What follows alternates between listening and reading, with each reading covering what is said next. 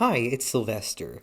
Now, I know this isn't really a relevant review because The Substance came out a while ago at this point, but I recently watched it for the first time and I have some things that I want to say about it, so I am making a video reviewing the movie The Substance. Now, I don't think there's going to be any spoilers in this video, but proceed with caution just in case there might be some mild spoilers. Also, I don't know if this video is going to make a lot of sense if you haven't seen the movie, so yeah. Anyways, I liked the movie overall. I thought it was very good at what it was trying to do, and I thought it was very effective. It's a satire, and I did find it quite humorous at times. And it's also a body horror, and I found it to be quite gross. There are a lot of visuals that really stick with you, and it's very it's good at what it's trying to do. Like overall, I thought it was a very good movie. I do have a couple of complaints about this movie, though, and they're pretty small complaints overall, but my first complaint is the amount of nudity that there is in this movie. Now, don't get me wrong, I am not a prude by any means. I have nothing against nudity. I like nudity. I think all bodies are beautiful, and I like seeing the human form and all of that stuff. I'm a red-blooded Canadian man, and I like seeing boobs and butts as much as most men like seeing boobs and butts. But that being said, it did feel a little bit gratuitous, and the characters felt a little bit over sexualized, to a point where I don't feel like it helped the story. I don't think it was necessary for the story for there to be so much nudity. It felt gratuitous, and it made me feel a little bit perverted watching it because as the camera was lingering on various body parts and ogling the female leads, I, the viewer, was also there ogling the female leads, and again, it made me feel a little bit like a pervert. So I had to Google the age of the secondary main actress, Margaret Qualley, I believe her name is, and she is 31 years old, so she's only a year younger than me, but she looks pretty young. And it made me very concerned because I was watching this movie and, like I said, the camera's lingering on shots of her body, and I'm thinking to myself, how old is this actress? Is it appropriate for me to be looking at her body like this? And, again, she is 31, so it's not weird for me to be looking at her body, but it felt weird, weird enough that I had to Google it because I wasn't quite sure how old she was, and I would have felt very, very weird if she had turned out to be like 21 or something, so I'm glad that they cast an older actress for that role, but, and, older, she's the 31's not old, but you know what I mean. Like, at least they didn't cast someone in their early 20s for that role, so I'm grateful for that. But it still made me feel a little bit creepy watching this movie. And again, the nudity was very much so not necessary to tell the story. You could get rid of all of the nudity in this movie, and I don't think that the movie would be any worse for it. You'd be able to tell the story just fine with no nudity whatsoever. So that's, again, I'm not a prude. I'm not against nudity in movies and TV shows. I just think that there's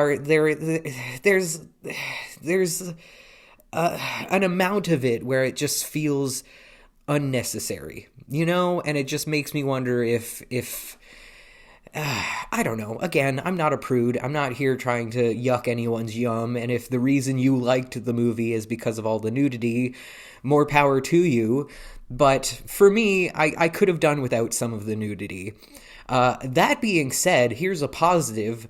I was very delighted to see some pubic hair. We live in a very anti-body hair society. We live in a society that hates body hair, especially pubes. And if you've been around my channel for a while, you know that I love pubes. I love body hair. I love seeing body hair represented on people in movies and TV shows, especially women. And so I was delighted to see a little bit of pubic hair. Now, there were no full bushes or anything like that, unfortunately, but there was a little bit of pubic hair. So, I'll take what I can get.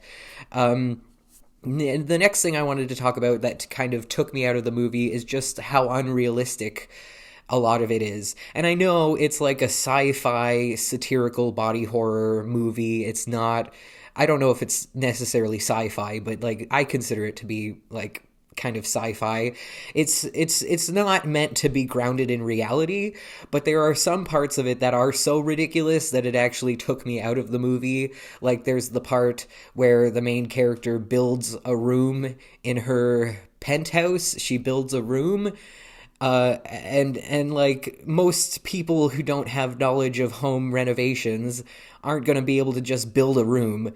You know, like that took me out of the movie. Or there's the part where at the end she sneaks onto the stage, and she's like this full mutant at that point. I guess spoilers. I guess there are spoilers in this video, but she's like a full mutant at this point, and she like sneaks onto the stage so that she can be on the TV special, and it's like that's so unrealistic. There are a million people who would stop her before she gets to the stage in real life. Like, are there no bodyguards at this filming location? You know what I mean? Like, there's no security whatsoever. Like, that was just very unrealistic. But again, it's a satire, so it's not really supposed to be grounded in reality, and that's part of what makes it so funny, is the fact that it's so heightened and it's so exaggerated and it's so ridiculous that it like that's what makes it funny. And so I appreciate that. It did kind of take me out of the movie a little bit to be like, that would never happen in real life. Like, that would never happen. And I know none of this would ever happen in real life because the substance doesn't exist. There's no way that you could split yourself into two humans and live as one of them for a week and then the other one for a week. Like, that obviously, the whole premise is unrealistic. But regardless, there were just a couple of moments that really took me out of the movie.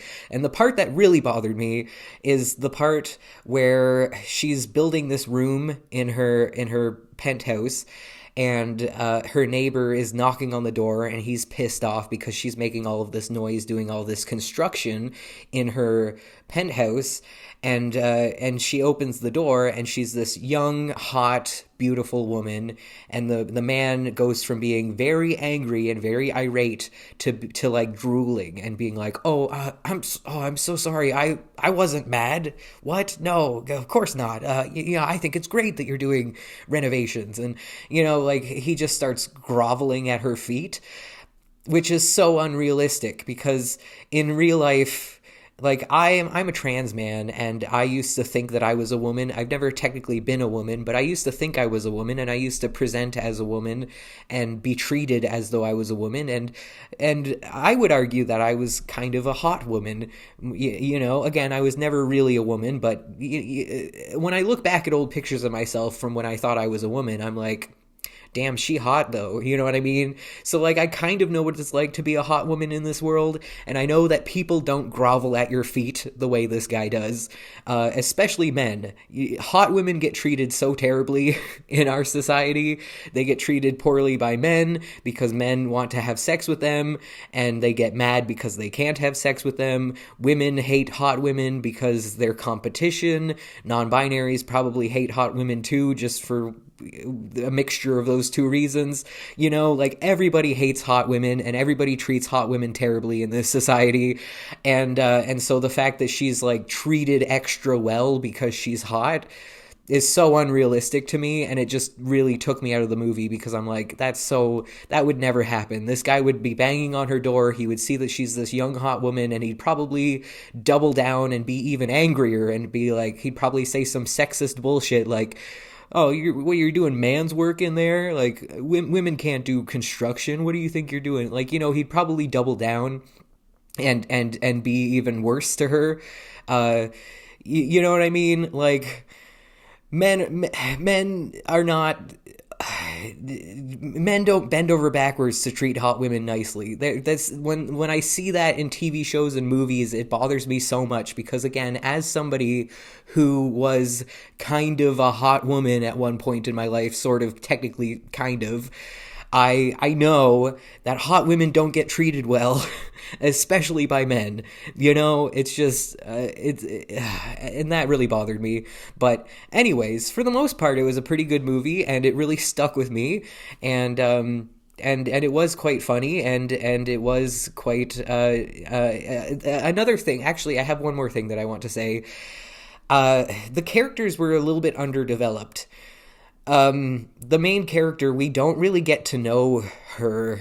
We don't know what her likes and interests are. We don't know what her childhood was like. We don't know what her, like, we barely know what her personality is. She's very much so a blank canvas, and I would have liked it better if I got to know her a little bit more as a person, especially since I'm seeing so much of her body, and there's she's being so sexualized, and there's so much nudity. Take me out to dinner first before you take your clothes off. You know what I mean? Like, I want to get to know the character, and I want to feel something more for the character. And it was kind of hard for me, not necessarily to empathize with her. I did empathize with her, but it was hard for me to really connect with her on a human level because she wasn't really developed. She was very two-dimensional. So I would have liked to have got to get to know her a little bit more. But yeah, that's all I have to say about The Substance. Thank you so much for watching. Have a great day. Stay frosty. Bye.